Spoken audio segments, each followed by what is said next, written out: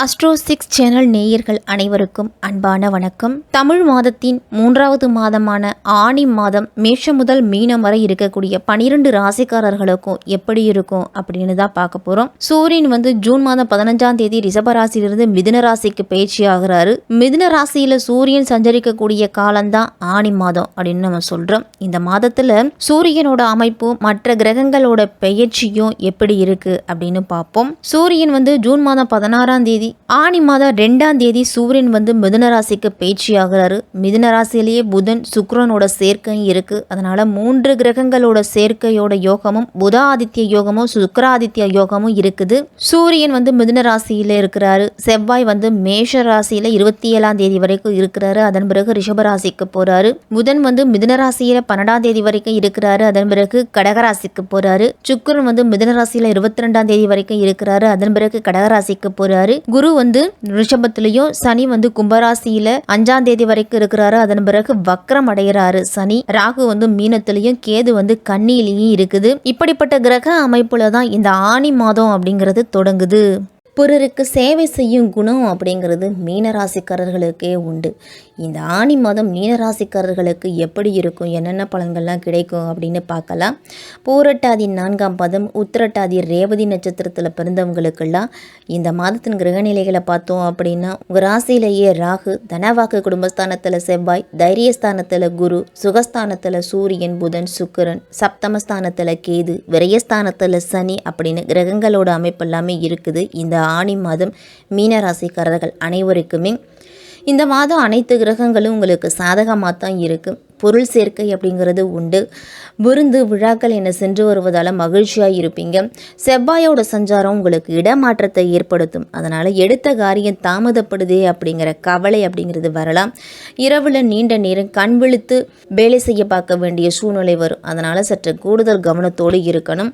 மாத தொடக்கத்திலேயே உங்கள் ராசிநாதன் குரு சகாயஸ்தானத்தில் சஞ்சரிக்கிறாரு. உங்கள் ராசியிலேயே ராகவும் சப்தமஸ்தானத்தில் கேதுவும் சஞ்சரிக்கிறாங்க. அதனால் சர்ப கிரகங்களோட ஆதிக்கம் மேலோங்கி இருக்குது. அதே நேரம் தனாதிபதி செவ்வாயும் பலம் பெற்று இருக்கிறதால தன வரவு அப்படிங்கிறது உங்களுக்கு திருப்திகரமாக இருக்கும். கட்டிட பணியெல்லாம் நீங்கள் தொடங்குவீங்க. தொழில் வளர்ச்சியில் புதியவர்களை பங்குதாரர்களாக சேர்த்துக்கிட்டு அவர்கள் மூலம் உங்களுக்கு லாபம் அப்படிங்கிறது இரட்டிப்பாக கிடைக்கும். அதே மாதிரி ஆனி மாதம் 5ஆம் தேதி சனி வக்ரம் பெறுறாரு. ராசிக்கு லாபாதிபதியாகவும் விரையாதிபதியாகவும் விளங்குவர் சனி. விரையாதிபதியான சனி வக்ரம் பெறுவது உங்களுக்கு நல்லது தான். இருந்தாலும் அவர் லாபாதிபதியாகவும் இருக்கிறதால பொருளாதாரத்தில் ஏற்ற இறக்க நிலை அப்படிங்கிறது ஏற்படலாம்.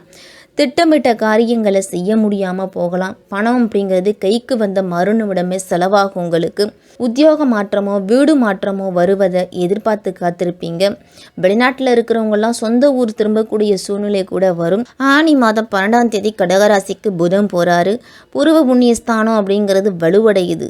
ராசிக்கு 4க்கும் 7க்கும் அதிபதியான புதன் பூர்வ புண்ணியஸ்தானத்தில் இருக்கும் பொழுது பெற்றோரோட ஆதரவு அப்படிங்கிறது பரிபூர்ணமாக கிடைக்கும். மீனராசிக்காரர்களுக்கெல்லாம் பாக பிரிவினைகள்லாம் சுமூகமாக முடியும். இந்த மாதத்தில் செஞ்சுக்கிட்டா பிள்ளைகளோட மேற்படிப்பு முயற்சியில் நீங்கள் நினச்சது நடக்கும். அதே மாதிரி கல்யாணத்தை முன்னிட்டு அவர்களுக்கு உண்டான சிறுவரிசை பொருட்கள்லாம் நீங்கள் வாங்கி வைக்கலாம். ஆனி மாதம் 23ஆம் தேதி கடகராசிக்கு சுக்கிரன் போகிறாரு. ராசிநாதன் குருவுக்கு வககிரகமானவர் சுக்கிரன். பஞ்சமஸ்தானத்தில் சுக்கிரன் வரும்பொழுது கவனமாக செயல்படணும். உடன்பிறப்புகள்லாம் எதிரியாக மாறுவாங்க. உற்றார் உறவினர்களோட பகையெல்லாம் வரலாம். கடன் சுமை அப்படிங்கிறது சற்று அதிகரிக்கிறதால உங்களுக்கு கவலை அளிக்கும் விதத்தில் இருக்கும். பிள்ளைகளாலேயும் உங்களுக்கு விரயங்கள் அப்படிங்கிறது ஏற்படலாம். உத்தியோகத்திலலாம் உங்களுக்கு கிடைக்க வேண்டிய பதவி உயர்வு சக பணியாளர்களுக்கு போய் சேரும். அதனால் சற்று மன வருத்தம் அப்படிங்கிறது ஏற்படும். ஆனி மாதம் 27ஆம் தேதி ரிஷபராசிக்கு செவ்வாய் போகிறாரு. செவ்வாய் 2க்கும் 9க்கும் அதிபதியானவர். சகாயஸ்தானத்தில் செவ்வாய் இருக்கும் பொழுது குடும்பத்தில் ஒற்றுமை அப்படிங்கிறது அதிகரிக்கும். விலகி சென்றவர்கள்லாம் விரும்பி சேருவாங்க. பணியில் இருந்துட்டு தொய்வு நிலை அப்படிங்கிறது இனிமேல் இருக்காது. பாக பிரிவினைகள்லாம் உங்களுக்கு சுமூகமாக முடியும். பொது வாழ்வில் இருக்கிறவங்களுக்கெல்லாம் ஆதாயம் தரும் தகவல் அப்படிங்கிறது உண்டு. தொழில் வியாபாரத்திலலாம் நீங்கள் எதிர்பார்த்ததை விட சற்று குறைவான லாபம்தான் கிடைக்கும். தொழில் வியாபாரத்தில் ஈடுபட்டு இருக்கவங்களாம் எப்போதும் பிஸியாகவே இருப்பாங்க. செலவுகள் அப்படிங்கிறது சற்று கூடுதலாக இருக்கும். உத்தியோகத்தில் இருக்கிறவங்களாம் கூடுதலாக நேரம் ஒதுக்கி உழைக்கணும். கடன் விவகாரங்கள்லையும் சரி, கொடுக்கல் வாங்கல்லையும் சரி எச்சரிக்கையோடு இருக்கணும். குடும்பஸ்தானத்துக்கு அதிபதி செவ்வாய் குடும்பத்தில் இருக்கிறவர், அதனால் குடும்பத்தில் இருப்பவர்களால் மன வருத்தம் அப்படிங்கிறது இனிமேல் கொஞ்சம் குறைய தொடங்கும். வாழ்க்கை துணையோட உடல் ஆரோக்கியத்தில் நீடிட்டு வந்த ஆரோக்கிய குறைபாடு எல்லாமே சற்று குறையும். அதனால் மருத்துவ செலவு உங்களுக்கு குறைய போகுது. வீட்டுக்கு தேவையான பொருட்களை வாங்குவதன் மூலம் செலவுகள் அப்படிங்கிறது கூடலாம். விருந்தினர்கள் வருகை அப்படிங்கிறது இந்த மாதத்தில் இருக்கும். பெண்களுக்கெல்லாம் பயணங்கள் அப்படிங்கிறது சென்று வருவீங்க. எடுத்த வேலையை செய்து முடிக்கிறதுக்கு சற்று காலதாமதம் அப்படிங்கிறது ஆகலாம்.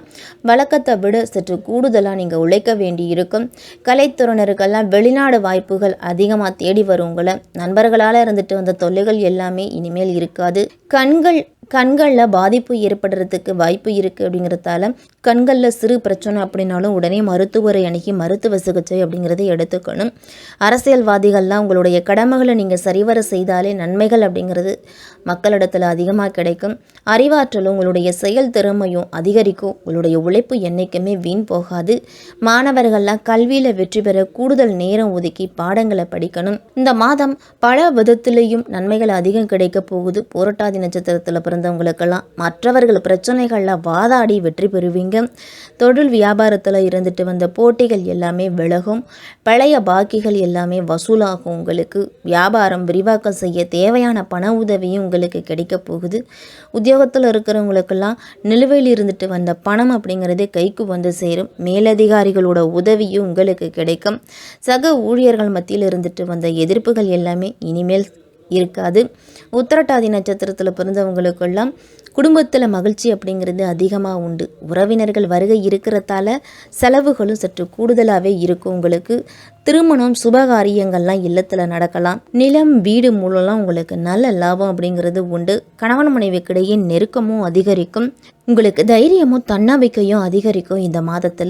இந்த மாதம் புதிய நபர்களோட அறிமுகமும் அவர்களால் உதவியும் கிடைக்க போகுது. ரேவதி நட்சத்திரத்தில் பிறந்தவங்களுக்கெல்லாம் எல்லா காரியத்திலையும் எச்சரிக்கையோடு இருக்கணும். அதிக பயணம் அப்படிங்கிறது சென்று வருவீங்க. வீண் அலைச்சல் அதனால் இருக்கும். உங்களுக்கு எதிர்பார்த்த காரியங்கள்லாம் உங்களுக்கு வெற்றிகரமாக நடந்து முடியும். பண வரவு எந்தளவு இருக்கோ செலவுகளும் அந்தளவு இருக்கும். நீங்கள் எதிர்பார்த்திருந்த உதவி இந்த மாதத்தில் கிடைக்க போகுது. நவ கிரகத்தில் இருக்கக்கூடிய குரு பகவானை வியாழக்கிழமையில் வணங்கிட்டு வந்தீங்க அப்படின்னா வாழ்க்கையில் உங்களுக்கு எல்லா விதமான முன்னேற்றமும் கிடைக்கும். மன அமைதி அப்படிங்கிறது ஏற்படும். சனிக்கிழமை தோறும் பெருமாளை வணங்கி நிதிநிலையில் நல்ல முன்னேற்றத்தை பெறுங்க. அமாவாசை மற்றும் பௌர்ணமி நாட்களில் 10 பேருக்கு அன்னதானத்தை கொடுத்துட்டு வாங்க.